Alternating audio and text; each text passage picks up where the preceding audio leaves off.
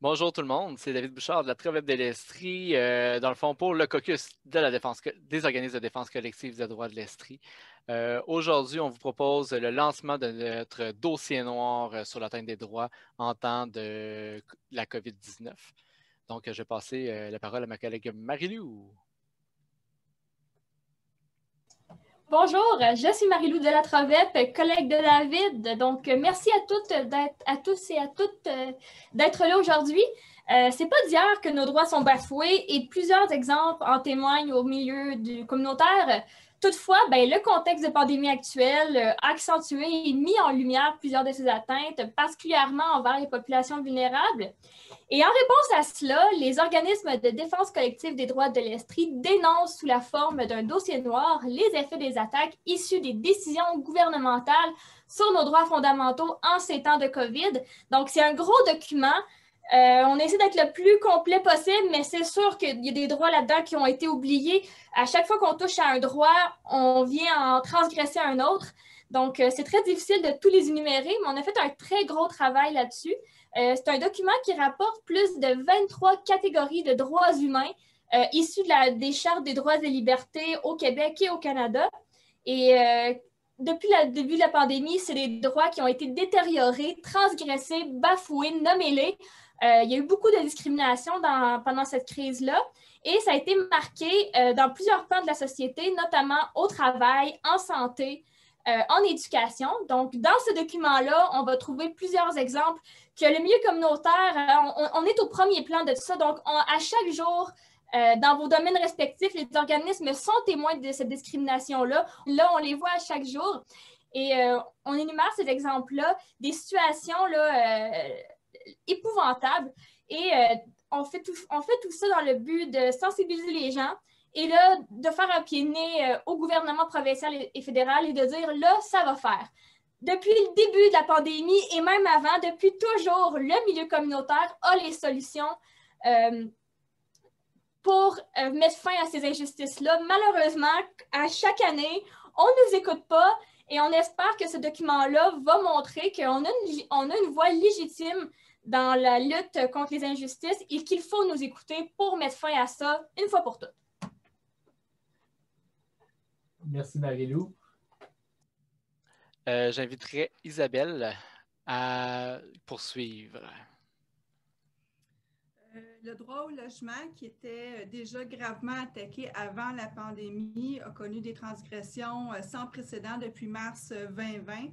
Évidemment, la crise du logement était déjà existante, s'est exaspérée par, entre autres, si on parle de visites virtuelles qui ont été plus populaires que jamais, ont empêché de constater pour plusieurs personnes les problèmes, par exemple, de moisissure ou de punaises, ainsi que des problèmes techniques au niveau des loyers.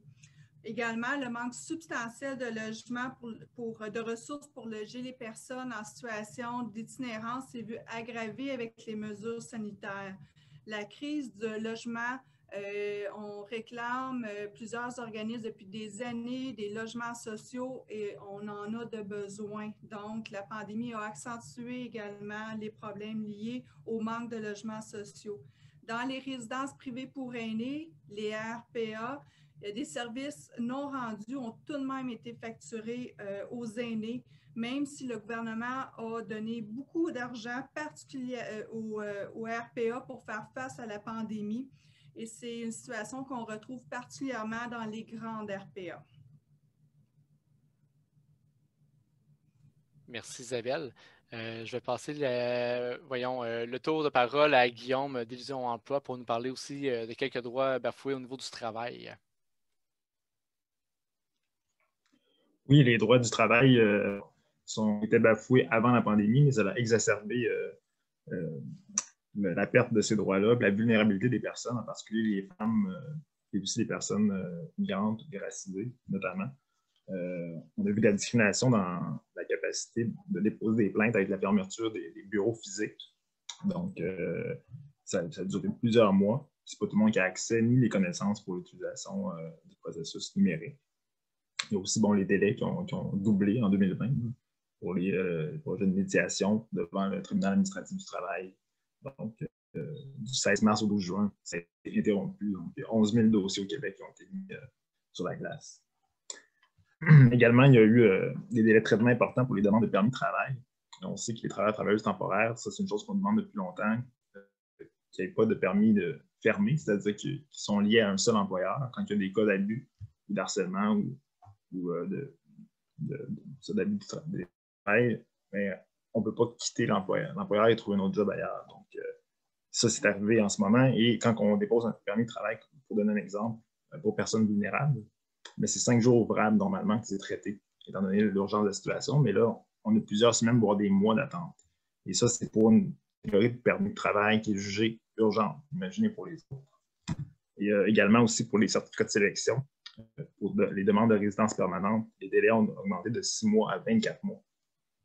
Donc, ça accentue le stress et même ça peut entraîner la perte de l'assurance maladie, par exemple, pour ces personnes-là, dont plusieurs se retrouvent dans des secteurs essentiels. Donc, on a parlé aussi de la régularisation des gens comme préposés bénéficiaires, donc, ou infirmières qui donnent des soins directs, donc des personnes au statut vulnérable ou même sans papier vont voir leur statut régularisé, mais on laisse de côté plusieurs personnes, pas seulement en santé, mais dans d'autres secteurs qui ont été jugés essentiels, que ce soit dans les commerces, les usines, les champs et les travailleuses domestiques, par exemple. Donc, ces personnes-là, on ne voit pas leur statut régularisé.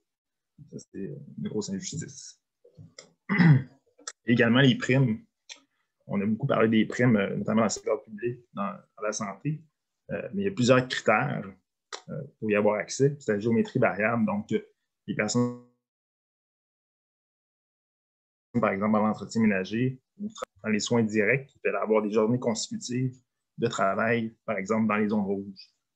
Donc, c'est pas tout le monde, au-delà des conférences de presse sur le terrain, c'est pas ça qui s'est passé. Donc, c'est juste un aperçu. On pourrait parler aussi des primes dans le secteur privé qui varient d'un secteur à l'autre, qui sont pas mal terminés. Donc, plusieurs ont terminé au mois de juin dans le secteur privé. Donc, il n'y a plus de primes au travail.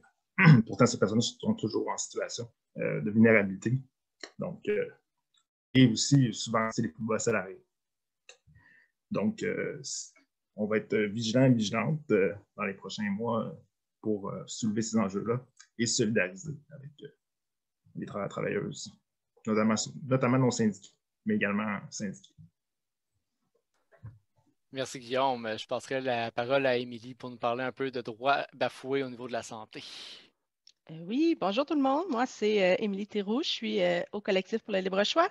Je vais vous parler des droits touchant à la santé, qui étaient déjà détériorés par les multiples réformes qu'il y a eu dans les dernières années, mais qui ont connu une grande dégradation depuis mars 2020. La pandémie a purement et simplement accentué certains de ces problèmes. Un premier exemple, c'est le service d'avortement. Il y a plusieurs services d'avortement qui ont été fermés dans plusieurs régions du Québec. Ici, en Estrie, c'est le point de service de Bromissisquoi qui a été déplacé vers Sherbrooke au début de la pandémie. Cela a entraîné la perte, bien sûr, d'un service de proximité et l'obligation de déplacement. Ça amène donc des coûts supplémentaires pour les femmes. Les services de proximité, quels qu'ils soient, sont une façon d'avoir une population en santé. Deuxièmement, la pandémie a eu un impact sur les services de soutien. De nombreuses personnes en situation de handicap, pour de nombreuses personnes en situation de handicap, l'accès aux services de soutien est indispensable pour vivre en sécurité, sainement et de façon indépendante. Finalement, je terminerai avec les services de santé ou de livraison qui ne sont pas tous accessibles à tout le monde. Il peut être impossible pour une personne sans accès aux technologies numériques ou simplement sans connaissance du web de, par exemple, renouveler une ordonnance ou de se procurer des produits d'épicerie. Souvent, de plus, les services de livraison viennent avec un coût supplémentaire et ça réduit encore plus l'accès pour une certaine tranche de la population. Merci, Émilie.